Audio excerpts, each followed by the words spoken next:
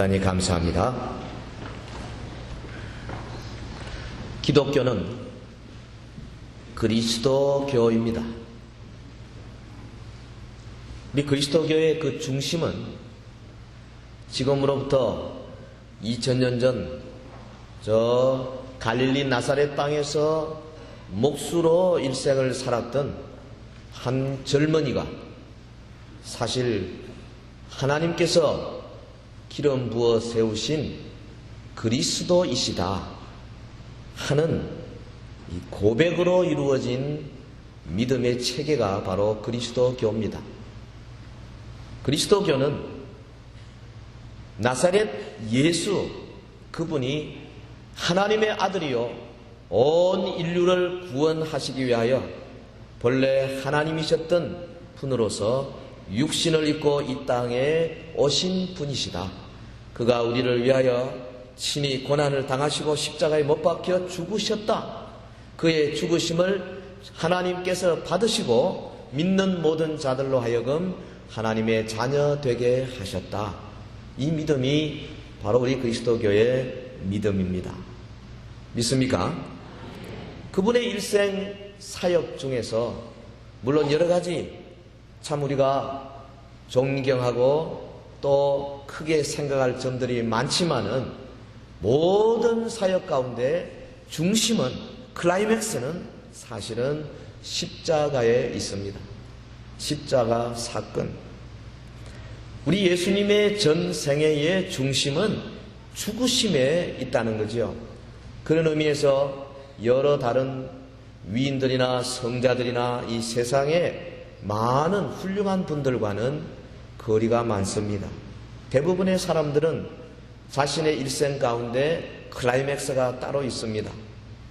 한때 참 미국의 대통령으로서 전 세계를 호령했던 로나ल्드 레이건 같은 사람, 지금은 알츠하이머 병으로 세인의 관심을 끌지 못하고 죽어가고 있는 중에 있지만은 그의 일생의 아마 정상은 대통령으로서 심우하던 그 8년 기간일 것입니다.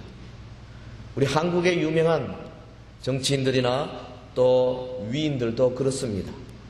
저들의 죽음이 정말 일생의 클라이맥스라고 하는 경우는 없는 거지요. 우리 예수님의 경우는 그렇습니다. 이것은 과장이 아닙니다. 이것은 어떤 시적인 표현도 아닙니다. 이것은 어떤 특별한 수사학적인 기법이 아니라 실제적으로 주님은 자신의 생애의 최절정을 죽으심에다가 목표하고 또 그렇게 이끌어 가신 것입니다.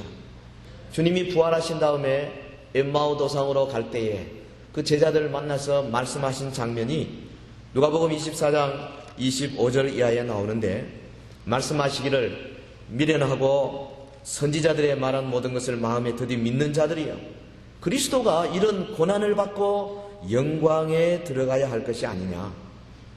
그리스도가 와서 고난받고 영광에 들어가는 것이 그리스도의 핵심 삶이 아니냐.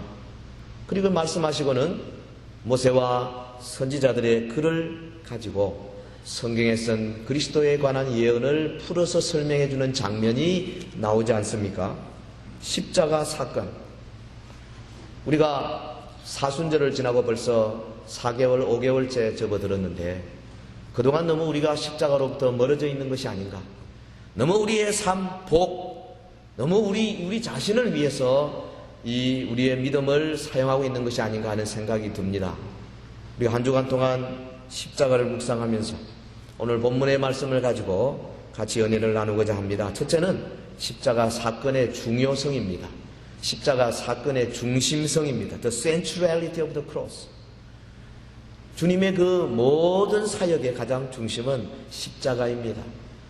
먼저는 주님 자신이 그렇게 인식하셨습니다. 그가 가이사랴 빌립보 도상에서 제자들과 대화하는 장면이 마가복음 8장 31절 이하에 나오는데, 주님이 설명하실 때 그렇게 하셨어요. 인자가 고난을 받고 대제사장들과 장로들과 그리고 서기관들에게 버림받아 죽임을 당하고 사흘 만에 살아나야 할 것을 저들에게 가르치기 시작했습니다. 주님은 자신의 마지막 그리고 가장 최절정의 사역을 이 십자가 형틀에 두셨습니다. 굳은 결심을 하시고 지금 예루살렘으로 가고 계시지 않습니까? 제자들이 반대했습니다. 제자들이 두려워했습니다. 주님은 자기가 죽을 것을 미리 내다 보셨습니다. 아셨습니다. 왜 그렇습니까? 당시 분위기가 그랬어요. 예루살렘에 가면 이번에는 결코 살아나지 못할 것이다. 제자들이 먼저 알았습니다. 주님이 그 분위기를 모를 리가 없습니다. 거기에다가 성경이 예언하고 있습니다. 하나님의 말씀이 예언하기를 그가 찔리고 그가 상하고 그가 채찍에 맞는다.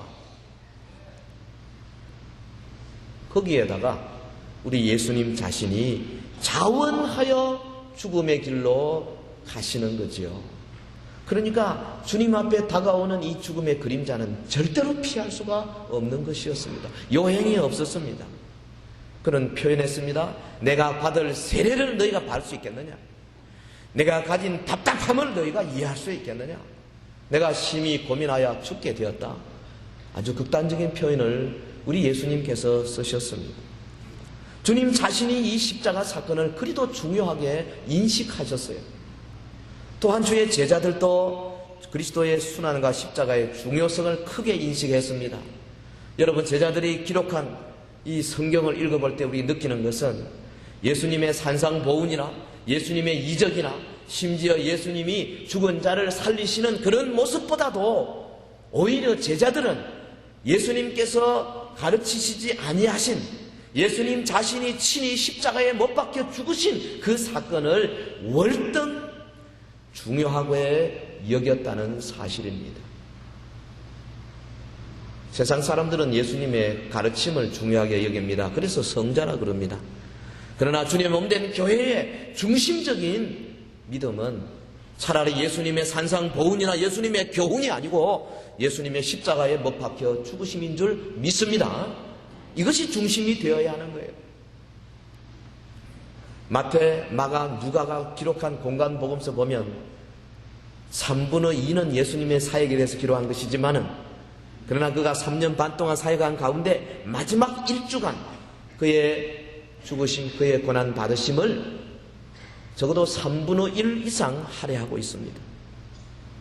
요한복음은 아예 반을 딱 잘랐습니다.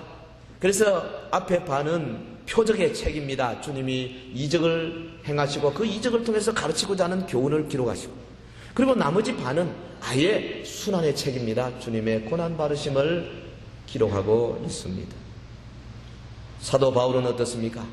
갈라디아 2장 20절에 말하기를 내가 그리스도와 함께 십자가에 못 박혔나니 그런즉 이제는 내가 산 것이 아니오 오직 내 안에 그리스도께서 사신 것이라.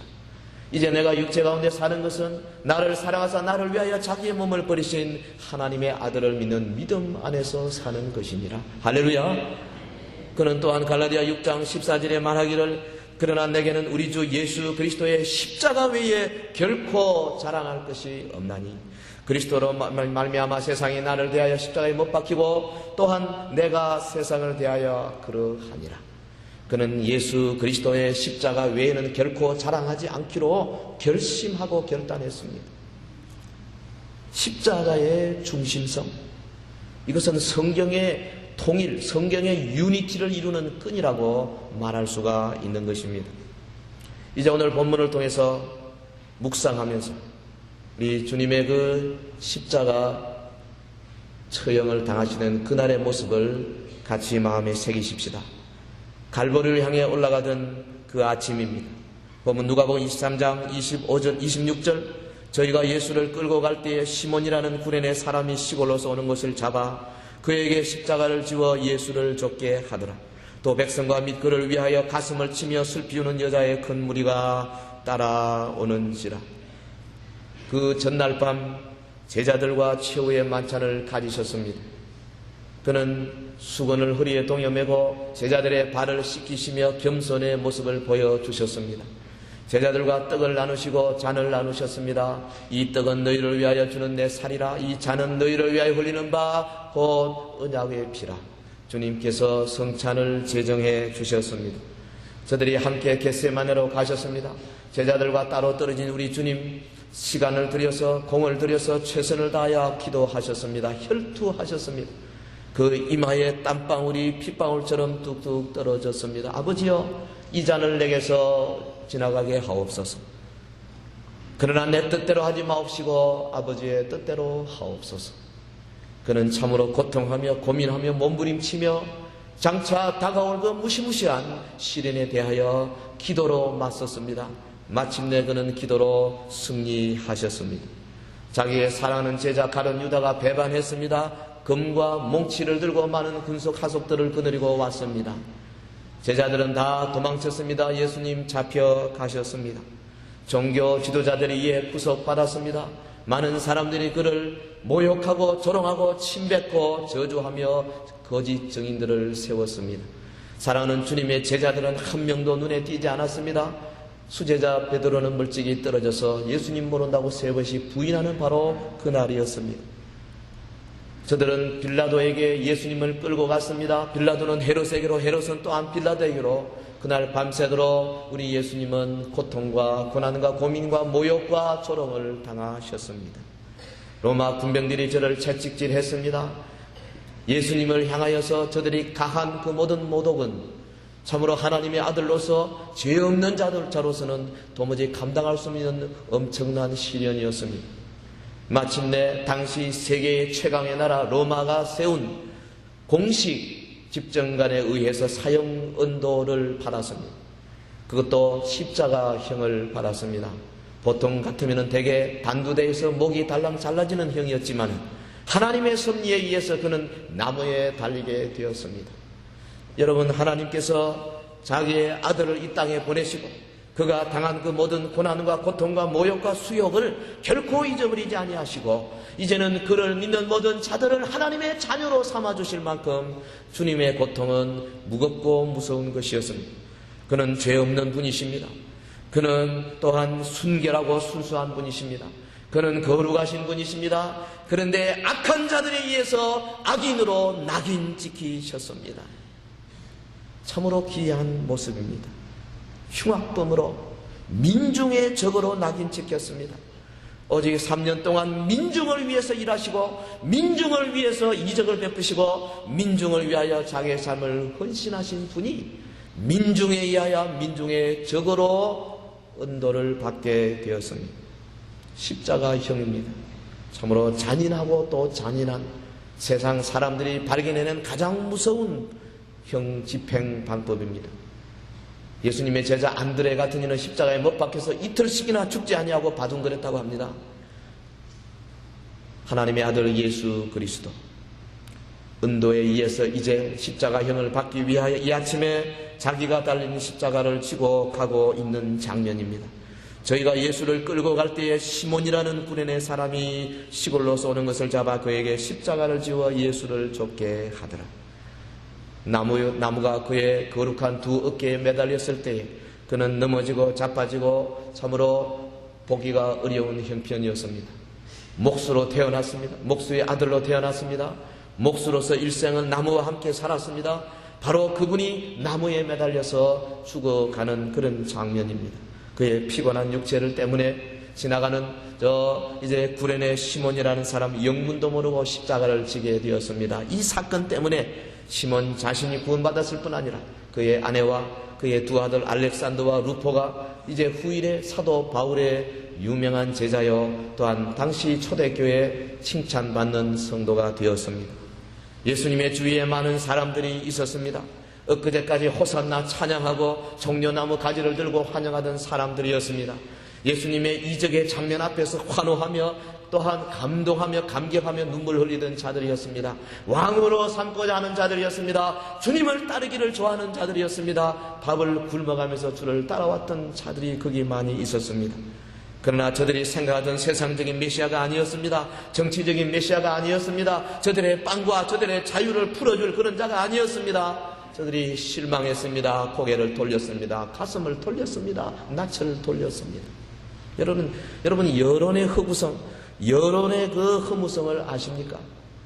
얼마 전에만 해도 40% 50% 대단해서 짱이라 그러고 굉장히 여론의 지지를 받던 그 민주당의 노모 후보가 얼마 이때서 이제는 꼬꾸라지는 그런 모습들이 많아요. 얼마나 여론이 참으로 참 왔다 갔다 하는지 몰라요.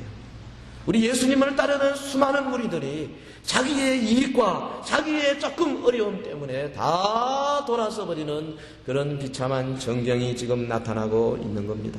아니, 돌아서는 정도가 아닙니다. 하루아침에 예수님의 적이 돼서 손가락질하고 모독하고 모욕했습니다. 욕을 했습니다. 침을 뱉었습니다. 여러분, 주님에 의해서 크게 위로받은 자들이 그 중에 많이 있었을 것입니다. 한편 손 마른 자들도 있었을 것입니다. 날 때부터 소경되었다가 주님에 의해서 고침받은 자도 있었을 것입니다. 38년 된 이제 중풍 병자도 있었을 것입니다. 자유의 몸으로 두 다리로 걸어다닌 사람입니다. 수많은 병 고침받은 사람들, 아니 죽음으로부터 다시 살아난 나사로도 그 자리에 보이지 않았습니다. 여러분, 하나님의 사람, 특별히 하나님의 아들 예수 그리스도의 이 고난의 현장에서는 세상에 아무도 그 대신에 십자가를 지려고 하는 자가 없었던 것입니다. 본문 27절에 보면 또 백성과 및 그를 위하여 가슴을 치며 슬피우는 여자의 큰 무리가 따라오는지라. 여인들의 통곡만 있었습니다. 인간적인 동정입니다. 인간적인 유감입니다. 안타까움입니다. 억울함에 대한 동정심밖에 없었습니다. 그렇습니다. 젊은 선지자요, 메시아적 기대를 한 몸에 안고 있던 자였습니다. 정말 유대인의 소망과 같은 자였습니다. 능력과 신비의 스승이었습니다. 한때는 정말 우리를 구원할 자가 아닌가 생각한 그런 사람이었습니다. 그러나 지금 저렇게 아무런 힘도 나타내지 못하고 무력하게 잡혀가고 있었습니다. 지쳐 쓰러질 때마다 매질이 가해졌습니다. 고통스러웠습니다. 대신 지르는 자도 없고 주의 제자들도 보이지 않았습니다. 여자들이 할 수 있는 일은 가슴을 치며 통곡하는 것밖에 없었습니다. 본문 28절에 보면 예수께서 돌이켜 그들을 향하여 가라사대 예루살렘의 딸들아, 나를 위하여 울지 말고 너희와 너희 자녀를 위하여 울라. 주님은 모진 고통 중에서도 자신의 아픔보다 제자들을 먼저 생각했습니다. 자기의 억울함보다도 오히려 주변에 사랑하는 주를 따르는 자들을 먼저 생각하신 분이십니다. 백성의 장래를 생각하고 계십니다. 주님의 말씀을 두 가지로 생각해 봅시다. 첫째는 나를 위하여 울지 말라 하신 말씀입니다. 사실 전후 좌우를 살펴보면 그 여자들이 우는 것은 너무나 당연한 것입니다. 죄 없으신 예수님이십니다. 그런데 선동자인 가야바 대제사장에 의해서 우리 주님이 억울하게 잡혀서 지금 죽음의 길로 가고 있는 것 아니십니까? 하나님의 대제사장이 어떻게 하나님의 아들을 죽음으로 몰아갈 수 있습니까? 울 수밖에 없는 그런 모순적인 상황입니다. 사랑하는 제자에게 어떻게 배반될 수 있습니까? 울 수밖에 없는 겁니다. 주변의 상황, 이제 곧 당할 십자가의 고통을 생각하면 참으로 가슴이 아프고 저를 위하여 갈릴리 여자들이 우는 것이 너무나 당연하게 보입니다. 그러나 우리 예수님 말씀하시기를 나를 위하여 울지 말라 그랬습니다. 무슨 말씀입니까? 주님의 말씀 속에는 어떤 뜻이 들어가 있습니까? 이 십자가 사건은 얼핏 볼 때는 모순 같지만 그러나 그 속에 하나님의 뜻이 있느니라. 내가 십자가 지고 형태를 지고 지금 죽음의 길로 가는 것은 진리가 무너진 것 같고 불의가 승리하는 것 같지만은 사실은 사랑의 개선가가 지금 울려 퍼지고 있는 것입니다. 죽는 것 같지만은 사는 것이고 고통받는 것 같지만은 해산의 수고가 여기 있고 특별히 사망 같지만은 그러나 부활이 기다리고 있느니라. 나를 위하여 울지 말라. 주님이 우리에게 말씀하고 계십니다. 비단 무슨 그 당시 여자들에게만 하신 말씀이겠습니까? 오늘 예수 믿고 따라오는 모든 오고 오는 세대의 성도들에게 하시는 말씀이라 생각합니다.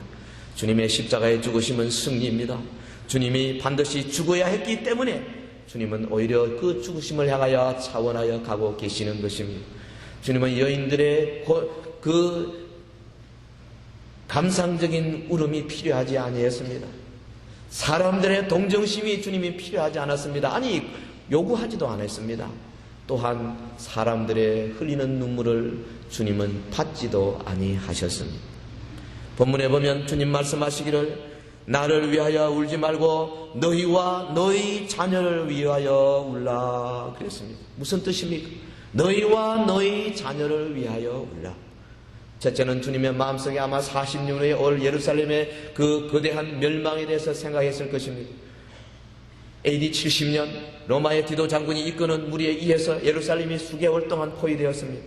예루살렘 바깥에 있는 모든 주변의 사람들이 이제 로마 군인들을 피해서 예루살렘 성 안으로 몰려 들어왔습니다.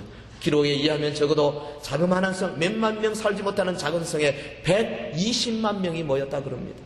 여러분, 그 120만 명 가운데 로마의 군인들에 의하여서 예루살렘 성이 이제 무너지고 110만 명이 학살당했습니다. 다 죽임을 받았습니다. 그리고 9만 명은 노예와 포로로 잡혀갔습니다. 장차 올 예루살렘의 멸망을 바라보고 너희와 너희 자녀를 울라, 주님이 말씀하셨습니다. 또한 이 말씀은 자신을 위하여 울라는 심각한 주님의 말씀입니다. 의로운 고난 때문에 우는 것 아니다. 차라리 불의의 권세와 불의의 영광을 향해서 울어라, 주님이 말씀하고 계십니다. 현재의 고난 때문에 우는 것이 아니라 차라리 현재는 영광 같지만은 장차 올 멸망을 바라보고 울어라. 의와 함께 당하는 자랑스러운 손해는 우리가 울어야 할 것이 아니니라 차라리 불의와 함께 당하는 부끄러운 명예와 헛되고 치욕적인 영광 때문에 우는 양심의 울음이 있어야 할 것이니라, 주님의 말씀입니다. 여러분, 죄값은 사망입니다. 우리는 우리 자신의 죄 때문에 울어야 할 것입니다. 죄에 종된 부끄러운 삶 때문에 우리는 통곡해야 할 것입니다.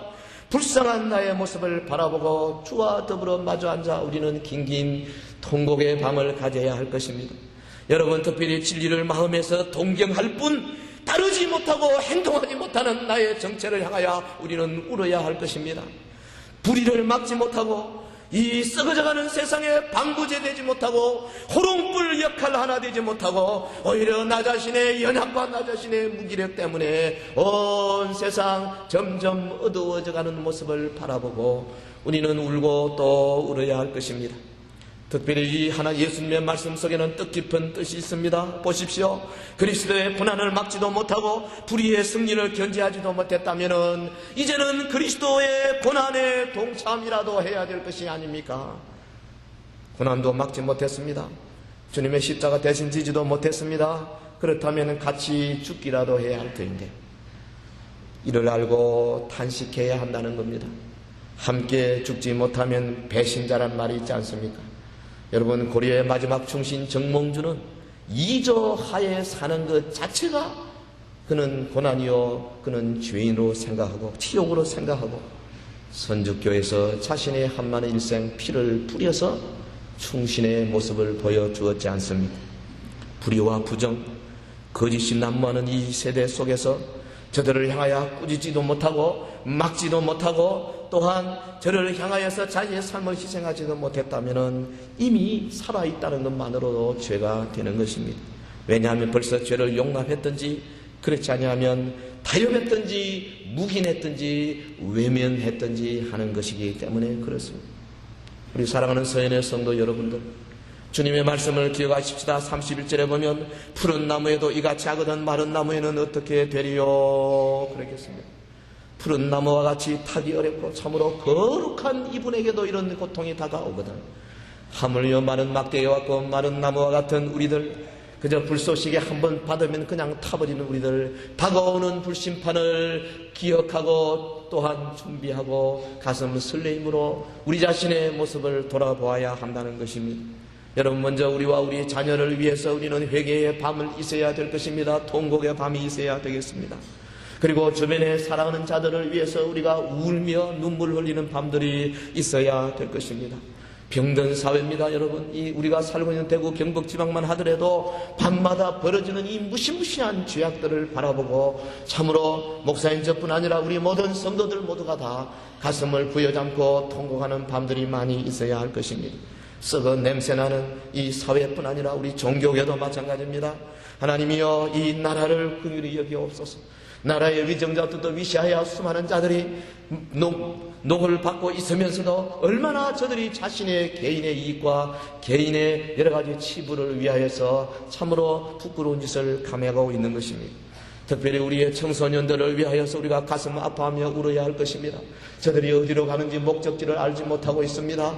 이 가치관이 혼돈된 이 상황 속에서 절대 가치를 거부하는 이 포스트 모더니즘의 시대 속에서 저들이 정말 어디로 가고 있는지, 앞으로 20년 30년 후에 우리의 장래, 우리 젊은이의 장래가 어떠할지 가슴 아프지 아니할 수가 없는 것입니다.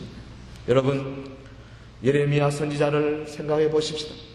유다 말기에 불의로 인해서 이제 자기의 나라 망해버렸지 않습니까? 나라 백성들을 향해서 예레미야 기도하고 또 기도했습니다. 그의 창자가 끊어지는 고통을 당하면서 울고 또 울었습니다. 그의 별명이 눈물의 선지자가 되었습니다. 그는 울고만 있는 것이 아니었습니다. 하나님의 말씀을 받았습니다. 애굽의 우상의 땅으로 가려고 하는 사람들 앞에 막았었습니다. 여러분들이여, 여호와의 음성이 여기 있노라. 애굽의 땅, 우상의 땅으로 가면 안 되느라 외치고 또 외쳤습니다.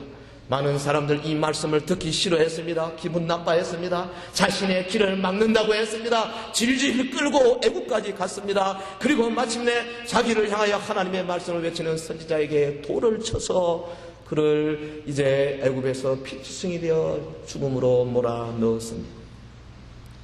사랑하는 성도 여러분들, 자신을 위하여 울고 자기의 자녀를 위하여 울고 세상을 향하여 우는 주의 종들은 이처럼 마지막 시까지도 하나님의 음성이 된 역사가 기독교 2000년에 너무도 많이 있습니다. 로마 제국의 박해가 심하던 그 때의 초대교회에 로마 원형 경기장으로 끌려가 짐승의 발이 되었던 한 순교자가 남겨놓은 시 한 편이 우리에게 전해지고 있습니다. 많은 신앙인들의 가슴을 울리고 있습니다. 그는 그렇게 노래했습니다. 여러분이여, 나를 저주하십시오. 당신들이 나를 저주하면 할수록 나는 당신들을 사랑할 것입니다. 나에게 침을 뱉어 보십시오. 그러면 나는 사랑의 숨결을 뿜어낼 것입니다. 나를 구타하십시오. 나는 신음소리로 사랑을 고백할 것입니다.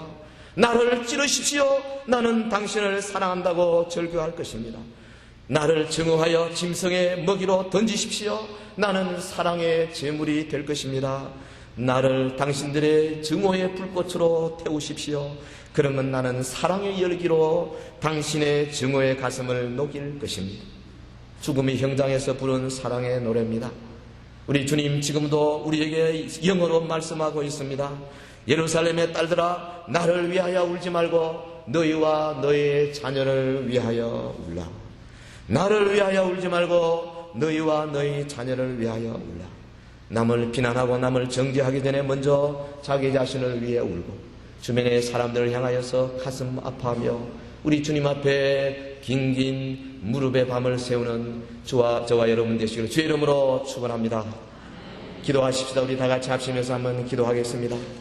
여러분, 사순절을 지난 이후에 수개월 동안 그동안에 어쩌면 십자가를 잊어버렸는지도 모르겠습니다. 주님의 십자가 고난을 다시 한번 생각하십시다. 자기를 채찍질하십시다. 주님은 지금도 우리에게 말씀하십니다. 나의 십자가 때문에 울지 말고 너를 위하여 울라. 너의 자녀의 손손들을 위하여 울어라. 사회를 위하여 울고 국가를 위하여 울어라. 무너져가는 진리의 체계를 향하여 안타까워하며 울어라. 주님이 말씀하고 계십니다. 우리 다 같이 통성으로 기도하겠습니다. 거룩하신 우리 하나님 아버지, 오늘 우리에게 말씀 주시니 감사와 찬송을 돌려드리옵나이다.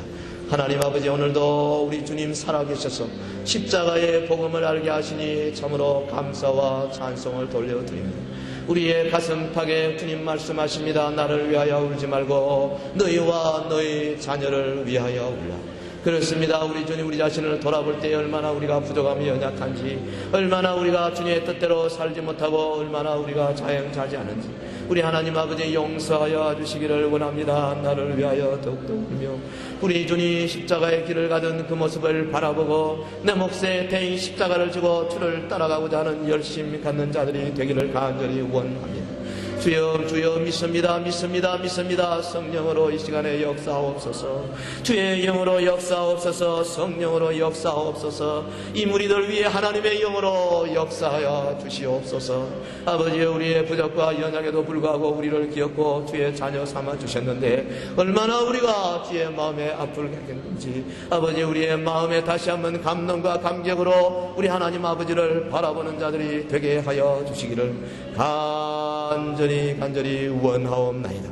바울의 신앙 고백처럼 아버지여, 나는 예수 그리스도의 십자가 외에 결코 자랑할 것이 없노라고 고백하고 또 고백하는 자들 되게 하여 주옵시고, 이 땅에 살면서 장차 받을 위대한 면류관들을 바라보고 내 몫에 대인 십자가를 지고 묵묵히 주를 따라가는 주의 자녀들이 되게 하옵소서. 거룩하신 우리 하나님 아버지, 여러 달 동안에 우리가 주님의 십자가를 혹 잊어버리고 살아왔지 않습니까? 주님이여, 날마다 내게 주신 십자가를 지고 내 몫에 대인 십자가를 지고 주를 따라가는 우리 온 백성들이 되게 하옵소서. 예수님 이름으로 기도하옵나이다. 아멘.